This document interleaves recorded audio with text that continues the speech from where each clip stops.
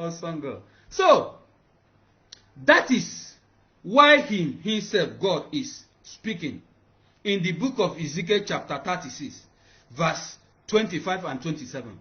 Look at what God says in the book of Ezekiel chapter 36, verse 25 to 27.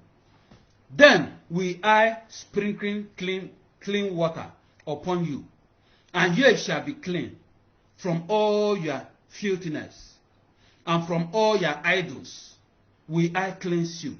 Did you see?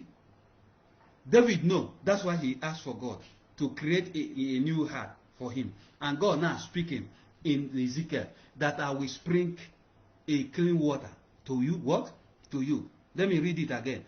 Then will I sprinkle clean water upon you, and ye shall be clean from all your filthiness, and from all your idols will I cleanse you. I see that she said, a new heart also. Oh, mighty Jehovah. You see, a new heart also will I give you, and a new spirit will I put within you, and I will take away the stone heart out of your flesh, and I will give you an heart of flesh. 27 said, and I will put my spirit within you, and cause you to walk in my statutes, and ye shall keep my judgment and do them. Did you see? When you have a new heart, when you have a clean spirit, you will now be able to keep his what? Statutes, and keep his judgment. And when you now do all these things, all things will fall in before you in pleasant places. All things will fall in before you in pleasant places. And that is what Jesus Christ used when he was here on earth. Even at a time, the disciples of John the Baptist was jealous against Jesus and his own disciples. He called John the Baptist and said, why is it that Jesus Christ and his disciples, they do not fast, but we fast? And Jesus said, as long as the bridegroom is with you, you don't need to fast. It is only when the bridegroom is taken away from you, that is when you will fast. What does it mean? When you say you have a Christ in you, what do you need to fast for? You are a righteous man. You are doing right. You believe right because he is in you. That is what this place is telling us. When he not cleanse you, when he not cleanse you, you give you a new heart and a new spirit. You will be able to keep his what? Ordinances, keep his statutes, and keep his judgment. You don't need to fast for this to happen. You don't need to pray for this to happen, because you already have a clean heart and a new heart. Hey!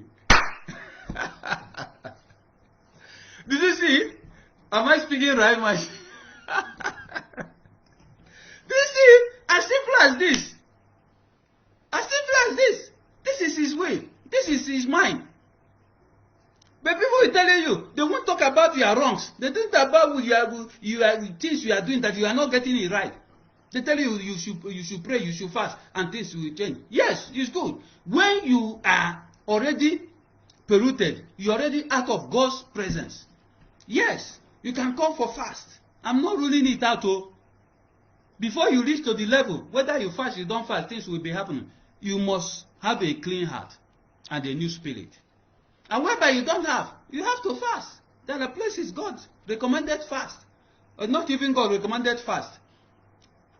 For example, Nineveh, he told them to go and destroy the whole place. And when Jonah went to destroy the whole place, and the people had a remorse. It's not God tell them to fast. They have a remorse. It's a remorse they have. And when they have that remorse, they declare fast. And when they declare fast, what happened? When they declare fast, they desist from doing wrong. So declaring fast is for you to desist from doing wrong.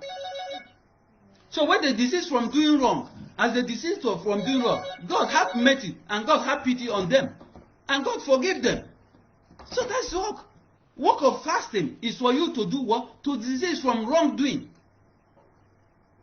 It's not because you fast that God, when you didn't fast, living in right standing with God, God welcomes you. When you are living right with God, He welcomes you. He walks with you. He speaks with you. He directs you. He leads you. He guides you. Okay? But when you are now doing wrongs, that's when they say the glory of God has been shortened out of you. His glory and his presence is no longer with you. And for you now to come back, you now say you need to fast. And when you are fasting, you do what? You discipline your body. When you are disciplining your body, perhaps you come down from wrongdoing. He showcase again. That's how it works. That's how it works. So, but these days, well, it's good. Because religion have put fasting a part of curriculum. It's good because none of us is right. None of us is right. We always falling short of glory from one way or the other. So we need it. Peradventure, just as Job said, he makes sacrifice for his children. He said because they party, peradventure they have committed sin. He did atonement for them through sacrifice. So all those things is good. The church is good. I'm not condemning it. Okay? Peradventure, if you are, so you come back to your senses and be right with God and make right with God. That's what he's talking about, and that's what we are also talking about. So in these scriptures we just read now, why is God giving us a clean heart? It is to walk in his what? Statutes, and to keep his what? Judgment, and to do them. That is godliness, and that is God's requirements. That is what God wants us to practice here on earth. And that is what will take us to the place of God, which we call eternity. The heart, which is called eternity. The heart is what will take us that place. It's the heart. The heart. What we dish out from our heart, that will take us to the place of God, which is called eternity. But today, when you are evangelists, pastors, bishops, whenever they gather, instead to teach God's precepts, they go about teaching man's precepts and doctrines, as the scripture recommended in the book of Mark chapter 7, verse 7 to 9.